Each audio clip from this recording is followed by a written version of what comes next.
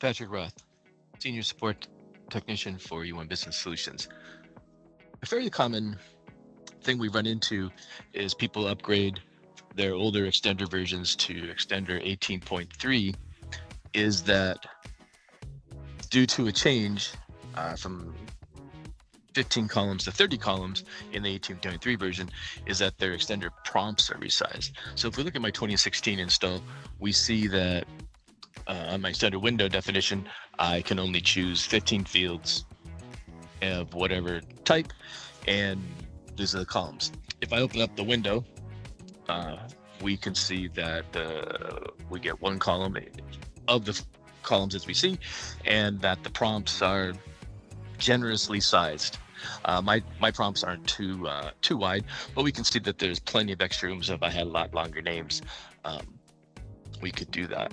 So if I pop out to my 18.6 install and open up this one, we can see now in the extender window definition, we now have two columns, and we can put in now fields 16 to 30.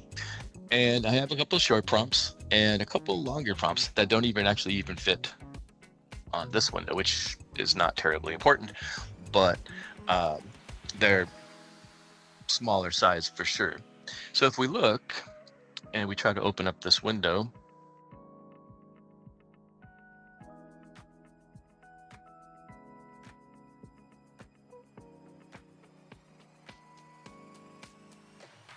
we can see indeed that the prompts are cut off. We do notice that the window's a little extra wide. It would be able to handle the second row of columns here, right about here perhaps, and they would fit in here.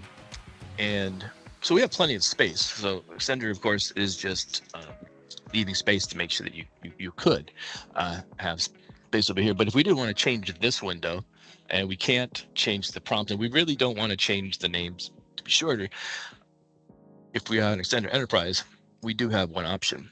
Now, if you're extender standard, you don't. You'd have to either live with the prompts the size that they are, or you'd have to make them smaller, hopefully still meaningful to you. But for extender enterprise, there's two things that it gives you that will help with this problem. One is you get access to events, and the second piece, just as important, is you have the ability to write GP dexterity scripts to do pretty much whatever you want.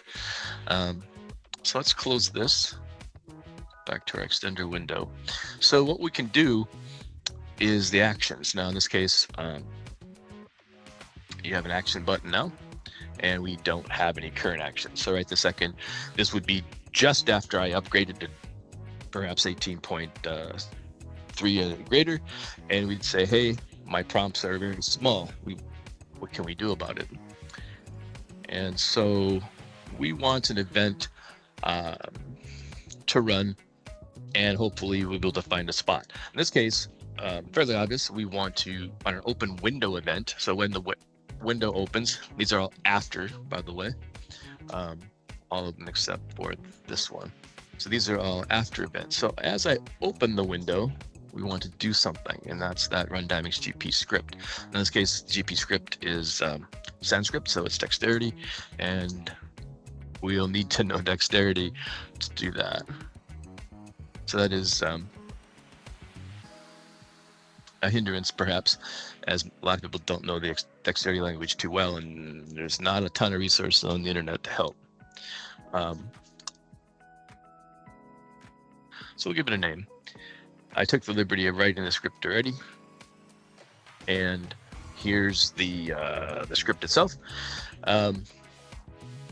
The one thing about extender windows is that in that dexterity language and the dexterity UI environment, you can't add fields on the fly. So basically, since you can put all these different field types, numbers, integers, drop list, long strings, short strings, dates, times, etc., on the window, you can put them anywhere you want, any of the positions. And so what you end up with is basically all the fields of the different data types, and they're all stacked and hidden and we show you the one that you picked. And so in this case, the prompts are in an array of user-defined prompts. Array is the X, and then the window is named user-defined window. And in this case, they all have different names, but we use this special name, left side pound form name pound greater than, to determine it. And so extender itself will take the name and it'll turn it into the proper dexterity name.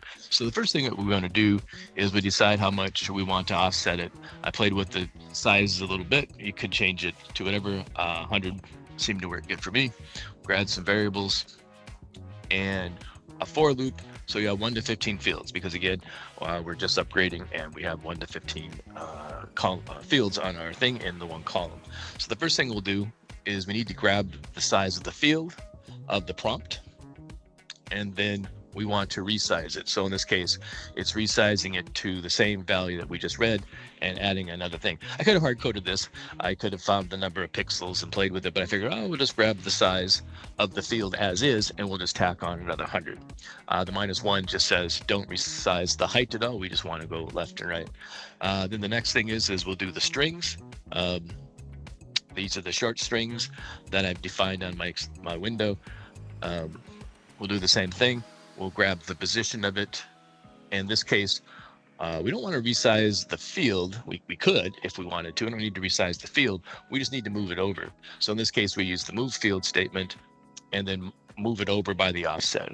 And then we do the same thing, grab the positions of the integers and move it over by the offset. Grab the position of the lists, use a defined list, and then move the field, move it over. And then lastly, the date. So that will cover all of the data types. Now, there's a ton more. We've got long strings, we have times. I didn't do those, but it would work exactly the same thing. You would just need to know what the name of the field is in on the extender UI, and then you would just basically cut and paste the code. So in this case, here's the Sanskrit that we're going to need. Now go back to our action. So in this case, we'll paste in the Sanskrit. Now notice we don't need any of the fields from here because we're modifying the actual dexterity field itself on the UI. So we're not trying to set it. We're not trying to set a value. We're not trying to read a value. We're trying to actually change one of the properties, which using these field names won't give that to you. We validate a script. It does say we are valid. And then we can save this. Oops. And hopefully I didn't break it because I didn't save this one first. All right, so let's pull this up. Make sure it's all right.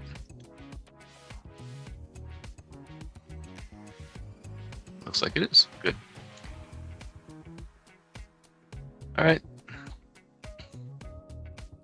Let me go back to our customer maintenance. And we can see that it worked. So before, it was chopped off right around here. And by adding the extra 100 pixels and resizing the prompts, we were able to push it over. Of course, if I would want to add a second column, I could do that. But problem with that is probably won't work too well because the fields are going to be around here. So this wouldn't work for those scenarios. But if you're just moving over existing stuff, and I want it to look pretty much like it did in 2016, where the prompt size was fine for what I was doing, this would be the way to go. Until next time, have a good afternoon.